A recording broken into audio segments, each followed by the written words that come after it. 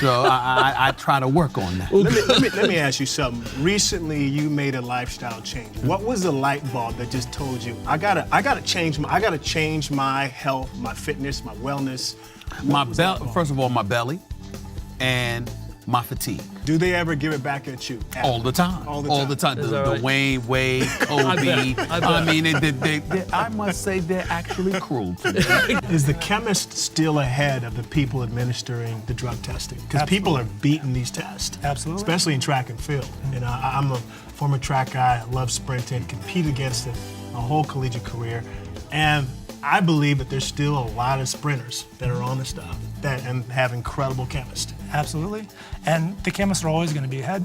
And I think the only way that you are able to work against that is what we're doing now, where you're able to save the samples for years. That's interesting. Do you think, Dr. Blecher, the reason why PEDs is so prominent is because they're still not testing for growth hormone quite yet?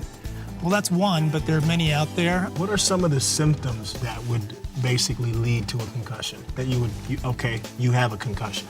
Yeah, there's a large variety of systems. Familiar. What's your name again? My name is Obi, and your name is? Morris. Morris. Okay, nice to meet you. Nice to meet you, sir. Absolutely. But regardless of you being in the best shape of your life, one thing I can tell you about this guy is that anytime I'm around Morris Chestnut, the women go crazy. Morris! No, that's because they can't pronounce Obi. How does it feel, honestly, being a Hollywood sex symbol, Morris? It's One of the things that I've noticed about you is that I've never seen anything written negative about you, honestly. No one really says anything negative about Morris Chestnut. Do you see yourself as a role model, honestly? Do you want to be a role model? Do you see yourself as a role model? I think it's an assumed responsibility. Yeah. The reality with Morris, I believe, is that his metabolism, obviously, when he was in his 20s, was much faster than when he was in his 40s. So he had to work harder in his 40s as opposed to his 20s. And it happens with everybody. I'm weeping for all of you. I'm 62. So you're breaking my heart. How important was it for you to be mentally strong and believing that you can still do it at 44 years old? Yeah, that's a huge component of it.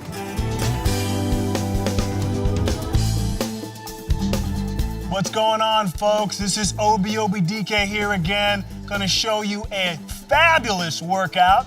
Okay, get the blood flowing in the muscles. All right? We're gonna have some fun here, I promise you. You are going to love these. You can do this in your hotel room, in your living room, in the park, anywhere, and you don't need any equipment. All you need is me.